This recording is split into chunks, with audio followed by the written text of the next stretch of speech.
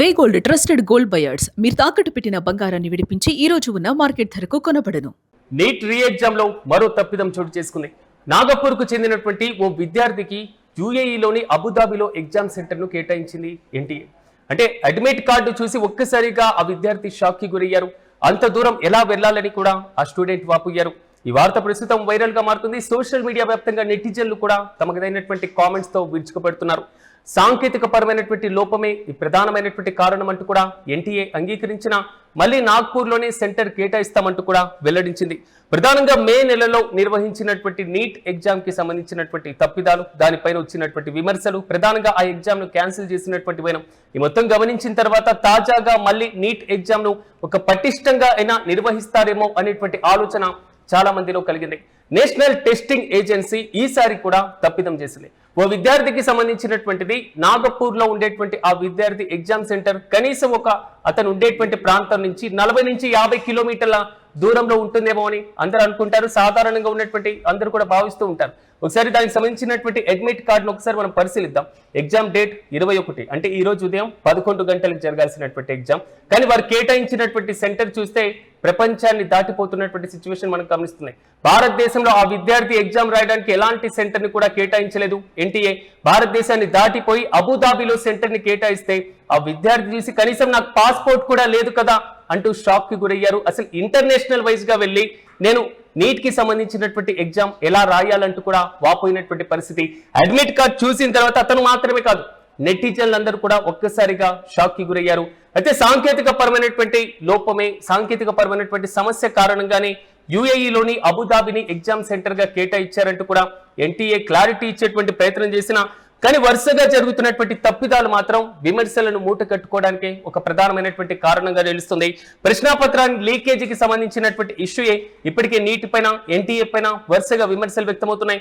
మరోవైపు పూర్తి స్థాయిలో కాక్రోచ్ జనతా పార్టీ ఇదే అంశంపైన ఈ రోజు నిరసన వ్యక్తం చేసినటువంటి పైన ఆ పార్టీకి మరోసారి ఆయుధాన్ని ఎన్టీఏ చేతులారా ఇచ్చినట్లుగానే చాలా స్పష్టంగా అర్థమవుతున్నాయి. మరోవైపు అంతర్గతంగా ప్రశ్నాపత్రాల రూపకల్పనకు సంబంధించి, ఆ పేపర్ లీకేజీకి సంబంధించి ఇంటర్నల్ గా పనిచేస్తున్నటువంటి వ్యక్తులకు సంబంధించినటువంటి ఇష్యూనే ఇంకా సాగుతున్నటువంటి వైనం.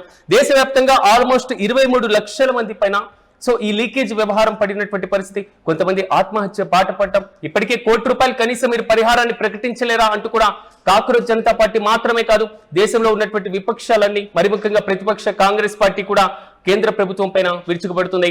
ప్రధానమైనటువంటి పరీక్షల నిర్వహణలో కేంద్ర ప్రభుత్వం వైఫల్యం చెందింది అంటూ కూడా ఆరోపణలు గుప్పిస్తున్నటువంటి వైనం. ఓవైపు మనం చూస్తున్నటువంటి విధంగా ఈ రోజు జరిగేటువంటి రీ ఎగ్జామ్ లో అయినా కనీసం ఎలాంటి తప్పిదం లేకుండా పారదర్శకంగా పటిష్టమైనటువంటి ఏర్పాట్లు చేస్తారు అని అందరూ భావించారు. కానీ నాగపూర్ కి చెందినటువంటి ఈ విద్యార్థికి ఇచ్చినటువంటి అడ్మిట్ కార్డు మాత్రం మరోసారి లోపాన్ని బహిర్గతం చేసింది. ఆ విద్యార్థి నా దగ్గర కనీసం పాస్పోర్ట్ లేదు, నేను ఇండియా దాటి అబుదాబి వెళ్ళి ఎగ్జామ్ రాద్దామంటే పాస్పోర్ట్ లేనటువంటి విధంగా ఏం చేయాలి అంటూ కూడా కొంతవరకు ఆందోళన వ్యక్తం చేశారు. కానీ ఆ విద్యార్థి తండ్రి వెంటనే ఎన్టీఏ అధికారులను సంప్రదించడం, జరిగినటువంటి పొరపాటును కూడా వారు గుర్తించడం జరిగింది. కానీ ఇలాంటి ఇష్యూసే కదా ప్రధానంగా దేశంలో ఎగ్జామ్ పేపర్స్ లీకేజీకి సంబంధించి, ఎగ్జామ్ కి సంబంధించినటువంటి లోపాలను బహిర్గతం చేసేది. దేశంలో నీట్ లాంటి అత్యంత కీలకమైనటువంటి ఎగ్జామ్స్ నిర్వహించేటప్పుడు ఎలాంటి చిన్నపాటి పొరపాట్లు లేకుండా చూడాల్సినటువంటి బాధ్యత ఉంటుంది. ఇటీవలే కేంద్ర ప్రభుత్వం టెలిగ్రామ్ యాప్ పైన కూడా నిషేధం విధించింది. కొంతవరకు తాత్కాలికంగా ఆ యాప్ ను సైడ్ పెట్టేయడం జరిగింది. దేశంలో పేపర్ లీకేజీకి సంబంధించినటువంటి అంశాలు లేదా ప్రీవియస్ గా జరిగినటువంటి ఇష్యూస్ ను ఎడిట్ చేసి త్వరితగతిన ఒకే ప్లాట్ఫామ్ చాలా మంది ఆందోళనకు కారణమవుతుంది అనేటువంటి ఒక కారణాన్ని కేంద్ర ప్రభుత్వం చూపించింది. దేశంలో యూపీఎస్సీ ఎగ్జామ్ ను మనం చూస్తూ ఉంటాం, ఎలాంటి పొరపాట్లు జరగకుండా 1950లో ఏర్పాటైనటువంటి ఒక రాజ్యాంగబద్ధమైనటువంటి సంస్థ ఇప్పటి వరకు తాను ఇచ్చినటువంటి షెడ్యూల్ ప్రకారం, ఒక్క కోవిడ్ ఇయర్ తప్ప షెడ్యూల్ ప్రకారం నిర్వహించేటువంటి పటిష్టమైన పారదర్శకమైనటువంటి వ్యవస్థ ఇతర ఎగ్జామ్స్ లో ఎందుకు కనిపించడం లేదు? ఇది విద్యావేత్తలు చేస్తున్నటువంటి ప్రశ్న. తాజాగా ఈ విద్యార్థికి నాగపూర్ కి సంబంధించినటువంటి ఇతను యుఏఈలో అబుదాబి ఎగ్జామ్ సెంటర్ కేటాయించుంటే, ఒకవేళ తన తండ్రి పట్టించుకోకుండా ఇంకా అధికారులను సంప్రదించేటువంటి వైనంలో జాప్యం జరుగుంటే ఈ రోజు జరగాల్సినటువంటి ఎగ్జామ్ కి ఆ విద్యార్థి దూరం అయిపోయేవాడు. తను రాసేటువంటి అవకాశాన్ని కూడా కోల్పోయేటువంటి ఛాన్స్ ఉండేది. ప్రధానంగా ఇలాంటి కీలకమైనటువంటి ఆరోపణలు తాజాగా మళ్లీ రావడం మాత్రం కొంతవరకు చర్చనీయాంశంగా మారుతున్నాయి. ఓవైపు మాత్రం నీట్ ఎగ్జామ్ నిర్వహించడంలో కేంద్ర విద్యాశాఖ వైఫల్యం చాలా బహిర్గతమవుతుంది అంటూ కూడా నెటిజన్లు ఫైర్ అవుతున్నారు. సో ఆ ఒక్క విద్యార్థి వేరే విదేశాలకు వెళ్లి ఎగ్జామ్ రాయడం కోసం నీట్ తగిన ఏర్పాట్లు చేసుంటే బాగుండేదని మరికొంతమంది నెటిజన్లు కూడా కామెంట్ చేస్తున్నారు. నీట్ రీ ఎగ్జామ్ లో మాత్రం మరో తప్పిదం చాలా బహిర్గతమవుతున్నటువంటి విజువల్స్ మనం చూస్తున్నాం. అడ్మిట్ కార్డ్ కి సంబంధించి నాగపూర్ కు సంబంధించినటువంటి ఓ విద్యార్థికి యుఏఈలోని అబుదాబిలో ఎగ్జామ్ సెంటర్ ను కేటాయించడం, ఆ అడ్మిట్ కార్డ్ చూసి ఒక్కసారిగా ఆ విద్యార్థి షాక్ అవ్వడం, దానికి సంబంధించినటువంటి టెస్ట్ సెంటర్ నెంబర్ అదేవిధంగా నేమ్ రెండింటిని కూడా సో క్లియర్ కట్ గా మెన్షన్ చేశారు. అక్కడేదో ఎగ్జామ్ సెంటర్ ను కేటాయించినట్లుగా.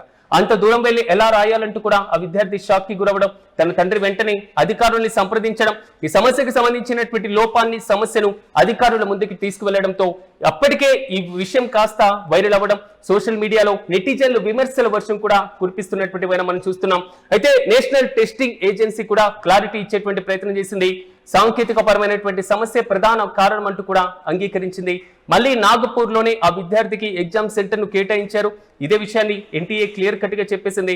కానీ ఇలాంటి పొరపాట్లు ఒక భారీ స్థాయిలో జరిగేటువంటి ఎగ్జామ్ కి ఏ విధంగా సాధ్యమవుతుంది అనేటువంటి ప్రశ్న అప్పటికి ఇప్పటికీ ఎప్పటికి కూడా నెటిజన్లను ప్రశ్నల వర్షంలోని కురిపిస్తుంది. చూడాలి. తాజాగా ఈ అడ్మిట్ కార్డు మాత్రం సోషల్ మీడియాలో వైరల్ గా మారుతుంది.